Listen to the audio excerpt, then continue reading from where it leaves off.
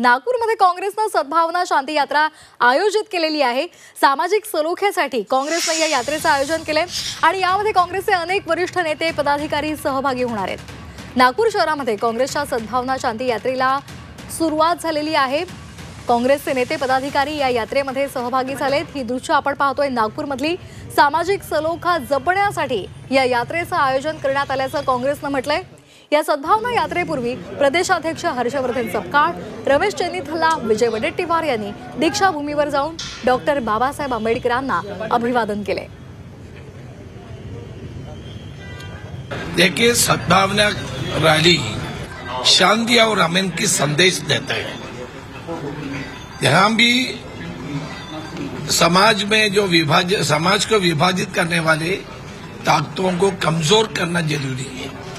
इसलिए कांग्रेस पार्टी शांति और अमन की वातावरण बनाने के लिए हरदम प्रतिबद्ध है।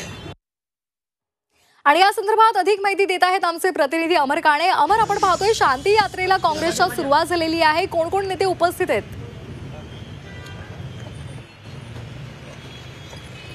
शांती यात्रेला थोड्याच वेळात सुरुवात होणार आहे। आता शांती यात्रेपूर्वी दीक्षाभूमी, ताजुद्दीन बाबा आणि टेकडी गणपती या सर्व ठिकाणी काँग्रेसचे वरिष्ठ नेते जाणार, तिथे माल्यार्पण करणार, दर्शन घेणार आणि त्यानंतर ते छत्रपती शिवाजी महाराज पुतळा येथे पोहोचणार आणि तिथून ही सद्भावना शांती यात्रा काँग्रेसची सुरू होणार। आजच्या यात्रेमध्ये वडेट्टीवार असो किंवा चेन्नीथला असो, हर्षवर्धन सपकाळ यांनी पदभार स्वीकारल्यानंतर नागपुरात पहिल्यांदाच मोठा असा त्यांचा कार्यक्रम आहे। त्या सद्भावना यात्रेच्या माध्यमातून ते नागपुरातील रस्त्यांवर उतरणार। सामाजिक सलोख्याचा संदेश देण्याच्या दृष्टीने ही संपूर्ण सद्भावना यात्रा करण्यात येत आहे। सगळ्यात महत्त्वाचं म्हणजे गेल्या महिन्यामध्ये जो हिंसाचार झाला होता नागपुरात, तो शिवछत्रपती शिवाजी महाराज पुतळा याच्या लगतच्या भागापासून झाला होता।